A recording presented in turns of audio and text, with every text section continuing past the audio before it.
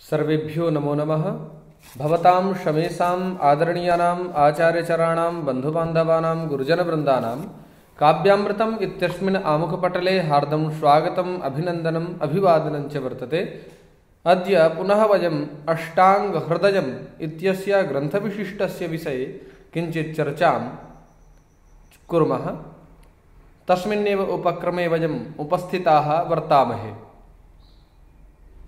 गत दिवसों में हम लोगों ने मंगलाचरण के बारे में, आयुर्वेद का प्रयोजन क्या है, आयुर्वेद का अवतरण कैसे हुआ, अष्टांग हृदय का वैशिष्ट क्या है और आयुर्वेद के 8 प्रकार की चिकित्सा का वर्णन भी हम लोगों ने जाना। आज हम लोग दोष विवेचन के बारे में चर्चा करेंगे कि हमारा शरीर नाना प्रकार की व्याधियों से ग्रस्त क्यों होता है।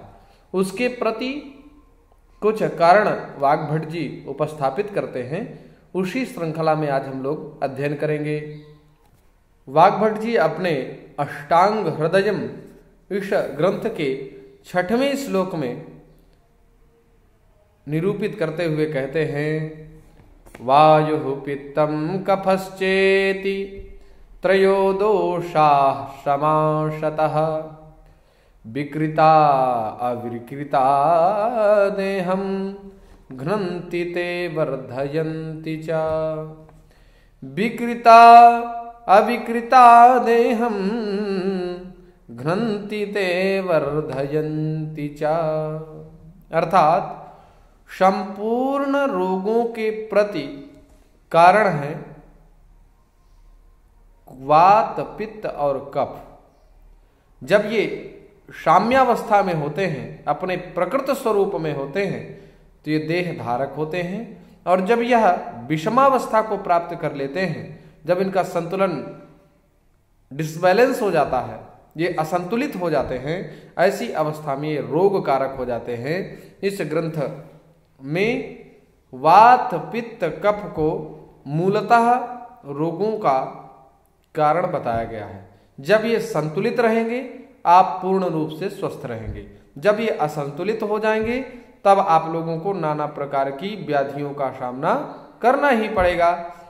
तो इनको संतुलित करने के लिए उन्होंने भी आगे बहुत सारे निर्देश दिए हैं।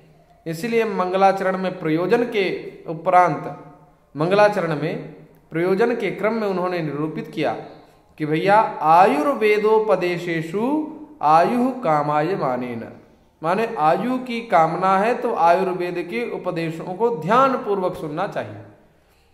तो उसी श्रृंखला में उन्होंने कहा कि जब ये विकृत हो जाते हैं, वात, पित्त, कफादि जब विकृत हो जाते हैं तो विकृतावस्था में ये देहम घ्नन्ति, माने देह का नाश कर देते हैं। ऐसी अवस्था होती है कि ये धीरे धीरे धीरे धीरे रोगों के कारण हमारा शरीर क्षीण होने लगता है। और अविकृता यदा भवन्ति तदा तु वर्धयन्ति, जब ये अविकृत होते हैं माने संतुलित होते हैं, उस अवस्था में आपके शरीर को ये पुष्ट किए रहते हैं, अर्थात देह धारक हो जाते हैं। इसलिए इनकी नाना प्रकार की संज्ञाएं हैं। इनको दोष भी कहा जाता है। वात, पित्त, कफ को दोष भी कहा जाता है। सिद्धांत निदान तत्वदर्शिनी एक टीका है। इस टीका में बताया गया, दूषयन्ति मनः शरीरम इति दोषाः, जो शरीर और मन को दूषित करें उनको दोष कहते हैं।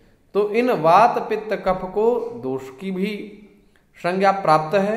और आचार्य सारंगधर जी ने कहा है कि शरीर दूषणात् दोषाः, शरीर को दूषित करने के कारण इन वात, पित्त, कफ को दोष कहा जाता है।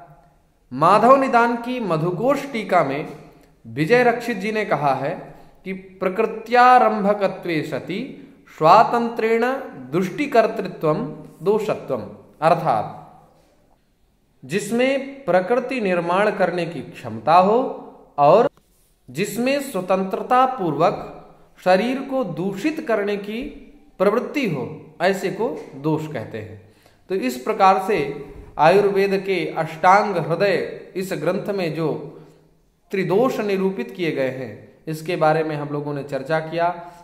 इनके संतुलित होने पर हमारा शरीर स्वस्थ रहता है, रोगों से मुक्त रहता है, और जब ये असंतुलित हो जाते हैं तब हमारा शरीर नाना प्रकार की व्याधियों से ग्रस्त हो जाता है। इस प्रकार से इस ग्रंथ में व्याधियों के मूल भाव को उपस्थापित किया गया है। आशा है आप लोग लाभान्वित हो रहे होंगे। इसी भाव के साथ पुनः आप सभी लोगों का हार्दिक स्वागत, अभिनंदन, अभिवादन करते हुए मैं काव्यामृतम इस आमुख पटल के पक्ष से हार्दिक स्वागत एवं अभिनंदन करता हूं।